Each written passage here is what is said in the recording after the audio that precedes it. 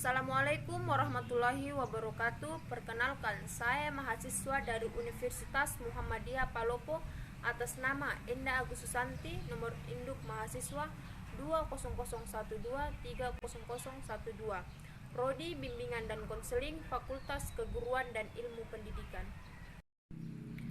Di sini saya akan menjelaskan materi dari kelompok 1 sampai 14 tentang profesi keguruan. Dosen pengampu Ibu Andi Nurhayati, SPD, MPD.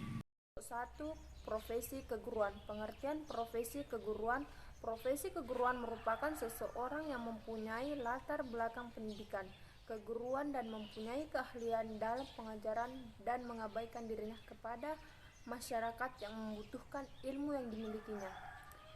Kode etik. Kode etik guru Indonesia. Setiap profesi memiliki kode etik yang disepakati dan dijunjung tinggi termasuk guru. Berdasarkan Undang-Undang 1945, Pemerintah Republik Indonesia menetapkan kode etik guru sebagai berikut. Guru berbakti membimbing peserta didik untuk membentuk manusia Indonesia seutuhnya yang berjiwa Pancasila. Guru memiliki dan melaksanakan kejujuran profesional. Guru berusaha memperoleh informasi tentang peserta didik sebagai bahan melakukan bimbingan dan pembinaan. Guru menciptakan suasana sekolah sebaik-baiknya yang menjunjung berhasilnya proses belajar mengajar. Selanjutnya materi kelompok 2, sikap profesi keguruan. Sikap profesi keguruan. Bagaimana guru meningkatkan pelayanan, meningkatkan pengetahuannya, memberikan arahan dan dorongan kepada anak didiknya, dan bagaimana cara guru berpakaian dan berbicara serta cara bergaul dengan siswa, teman-temannya serta anggota masyarakat, sering menjadi perhatian masyarakat luas. Sikap profesional keguruan terhadap peraturan perundang-undangan. 1. Organisasi profesi. 2. Teman sejawat. 3. Anak didik. 4. Teman kerja. 5. Pemimpin. 6. Pekerjaan. Sikap terhadap anak didik. Dalam Handayani berarti guru mempengaruhi peserta didik dalam arti membimbing atau mengajarnya.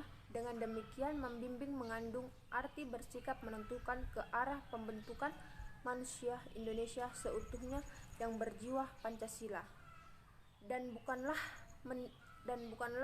mendikte peserta didik, apalagi memaksanya menurut kehendak sang pendidik.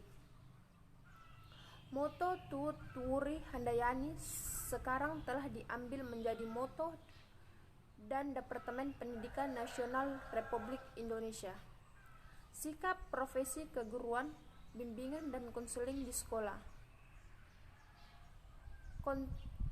Konselor wajib terus-menerus mengembangkan dan menguasai dirinya. Ia wajib mengerti kekurangan-kekurangan dan prasangka-prasangka pada dirinya sendiri. Konselor wajib memperhatikan sifat-sifat sederhana, rendah hati, sabar, menepati janji, dan dapat dipercaya, jujur, tertib, dan hormat.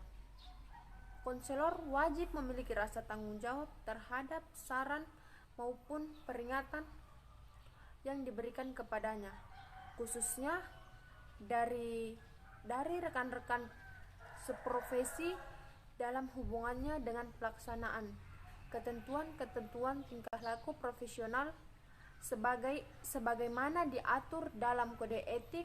Konselor wajib mengutamakan mutu kerja setinggi mungkin dan tidak mengutamakan kepentingan pribadinya, termasuk keuntungan material, finansial, dan popularitas. Konselor wajib memiliki keterampilan menggunakan teknik dan prosedur khusus yang dikembangkan atas dasar wawasan yang luas dan kaidah-kaidah ilmiah. Selanjutnya materi kelompok 3, bimbingan dan konseling. 1. Mendefinisikan istilah bimbingan. Para ahli bidang bimbingan konseling memberikan pengertian yang berbeda-beda. 2. Peranan bimbingan konseling untuk mencerdaskan siswa kepribadian yang baik dan juga kepribadian yang mandiri, serta menumbuhkan rasa tanggung jawab dalam jiwa siswa. Disinilah pendidikan tidak hanya berperan untuk memahami teori saja, namun bimbingan dan konseling juga harus mampu membuat dirinya berinteraksi dengan lingkungan sekitarnya. Secara umum, tujuan pelayanan bimbingan dan konseling yaitu berupaya membantu konseli dapat merencanakan kegiatan penyelesaian studi perkembangan, karir, serta kehidupannya di masa yang akan datang. 2. Mengembangkan seluruh potensi dan kekuatan yang dimilikinya seoptimal mungkin. 3. Menyesuaikan diri dengan lingkungan pendidikan, lingkungan masyarakat, serta lingkungan kerjanya. 4. Mengatasi hambatan dan kesulitan yang dihadapi dalam studi penyesuaian dengan lingkungan pendidikan masyarakat maupun lingkungan kerja. Materi kelompok 4. Peranan BK dalam pembelajaran siswa. Di samping itu, Winkel 1978 mengatakan bahwa layanan bimbingan dan konseling mempunyai peranan penting untuk membantu siswa antara lain dalam hal 1. Mengenai diri sendiri dan mengerti kemungkinan-kemungkinan yang terbuka lagi mereka baik sekarang maupun yang akan datang. 2. Mengatasi masalah pribadi yang mengganggu belajarnya, misalnya masalah hubungan muda-mudi, masalah ekonomi, masalah hubungan dengan orang tua, keluarga, dan sebagainya. Prinsip BK, prinsip-prinsip umum bimbingan dan konseling. Prinsip-prinsip umum bimbingan konseling. Bimbingan harus berpusat pada individu yang dibimbingnya. Bimbingan diberikan kepada memberikan bantuan agar individu yang dibimbing mampu mengarahkan dirinya dan menghadapi kesulitan dalam hidupnya. Pemberian bantuan disesuaikan dengan kebutuhan individu yang dibimbing. Bimbingan berkenan dengan sikap dan tingkah laku individu. Selanjutnya, materi kelompok 5. Asas bimbingan dan konseling. Yang pertama yaitu asas kerahasiaan. Yang kedua, asas kesukarelaan. Yang ketiga, asas keterbukaan. Yang keempat, asas kekinian. Yang kelima, asas kemandirian. Yang keenam, asas kegiatan. Yang ketujuh, asas kedinamisan. Yang kedelapan, asas keterpaduan. Yang kesepuluh, asas kenormatian. Yang kesembilan, asas keahlian. Yang kesepuluh, asas ahli tangan. Yang kedelapan, asas tuturi handayani. Materi kelompok 6.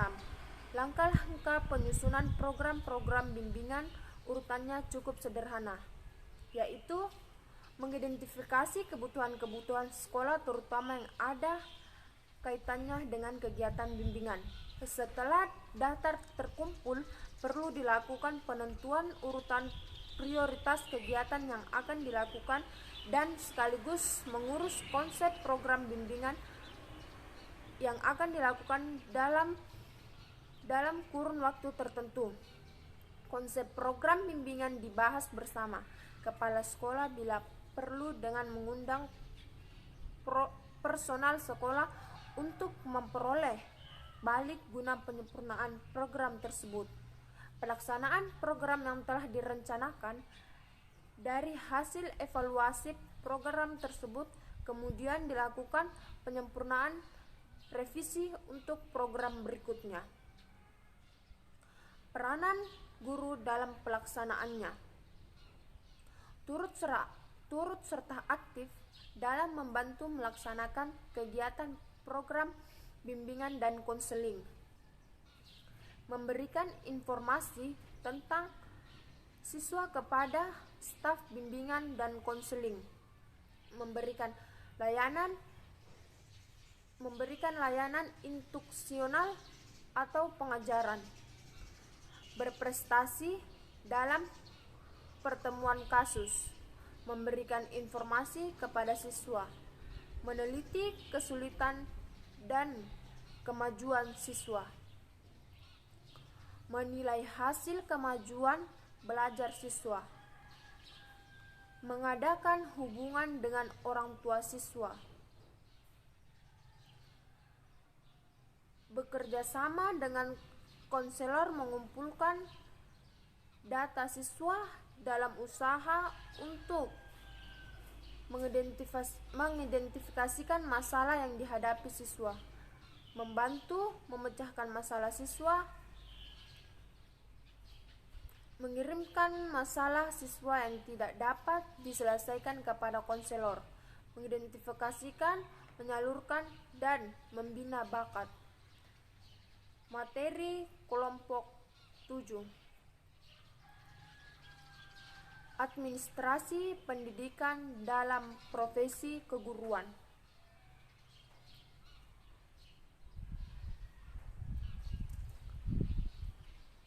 Pengertian administrasi pendidikan.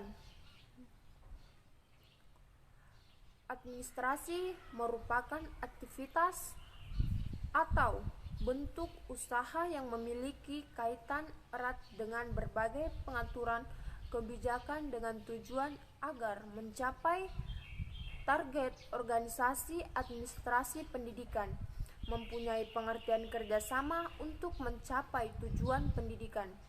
Fungsi administrasi pendidikan. Tujuan administrasi yaitu perencanaan, perorganisasian, pengarahan, pemanduan, dan penilaian. Peranan guru dalam administrasi pendidikan. Tugas utama guru yaitu mengelola proses belajar mengajar dalam suatu lingkungan tertentu, yaitu sekolah.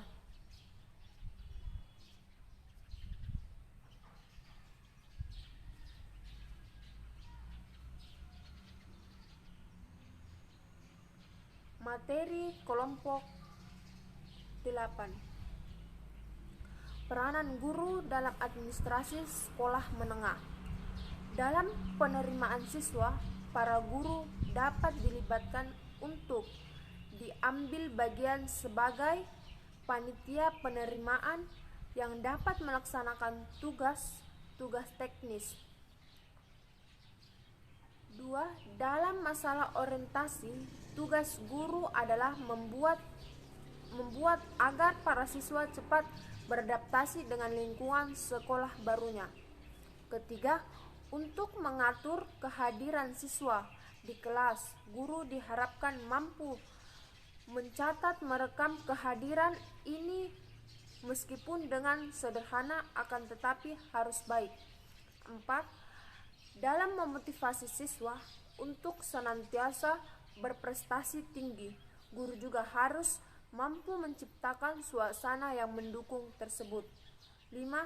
Dalam menciptakan disiplin sekolah atau kelas yang baik, peranan guru sangat penting karena guru dapat menjadi model.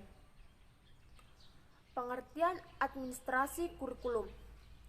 Kurikulum diartikan sebagai seperangkat bahan pengalaman belajar siswa dengan segala pedoman pelaksanaannya yang tersusun secara sistematis dan dipedomani oleh sekolah dalam kegiatan mendidik siswanya.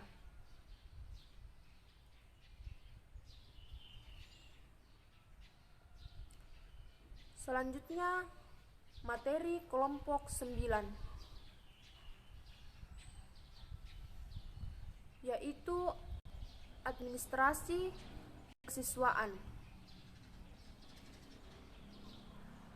Pengertian administrasi kesiswaan adalah usaha dan kegiatan yang meliputi pengaturan tentang administrasi yang berkaitan dengan siswa dalam upaya mengembangkan potensi siswa.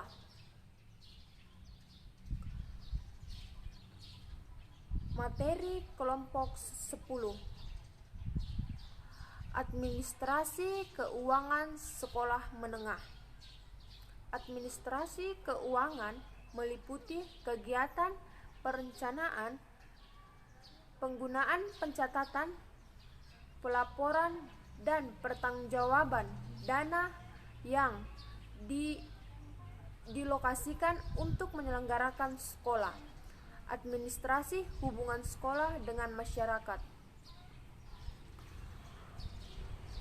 Husemas adalah suatu proses komunikasi antara sekolah dan masyarakat untuk peningkatan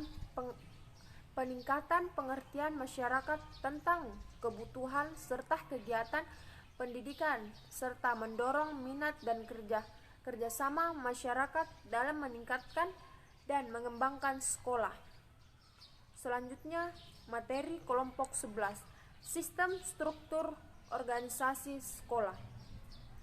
Struktur organisasi sekolah merupakan kerangka sistem yang menggambarkan kejelasan kedudukan atau jabatan dan kejelasan jalur hubungan serta adanya pemimpin dan yang dipimpin dari unsur-unsur yang ada dalam struktur organisasi tersebut. Adapun unsur-unsur yang terdapat dalam organisasi sekolah guru, organisasi sekolah yaitu A. Unsur kepemimpinan, B. Unsur tata usaha, C. Unsur tata urusan, D. Unsur instalasi, E. Unsur pelaksanaan.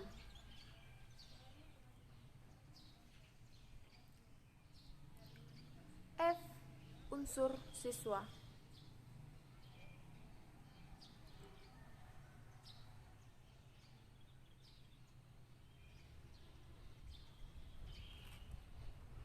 Selanjutnya, materi kelompok 12. Lembaga Pendidikan Tenaga Kependidikan atau LPTK adalah lembaga yang menghasilkan tenaga pendidikan atau guru dan tenaga kependidikan. Yang termasuk LPTK adalah KIP, FKIP, dan STKIP. Di bawah pengawasan Kementerian Riset dan Pendidikan Tinggi. Fungsi LPTK sebagai lembaga merupakan instrumen dalam meningkatkan kompetensi calon pendidik atau guru yang akan mengajar pada jenjang pendidikan MA atau MTS, MI, RA. LPTK diberikan amanah untuk menyiapkan calon guru yang siap memenuhi kebutuhan pasar kerja terdidik atau skill labor. Selanjutnya kelompok 13, supervisi pendidikan. Supervisi berasal dari bahasa supervision yang terdiri dari dua perkataan, super dan vision. Super berarti atau lebih, sedangkan vision berarti melihat atau meninjau. Oleh karena itu, secara etimologis supervisi berarti melihat atau meninjau dari atas atau menilik dan menilai dari atas yang dilakukan oleh pihak atasan terhadap perwujudan kegiatan dan hasil kerja bawaan. Fungsi supervisi pendidikan.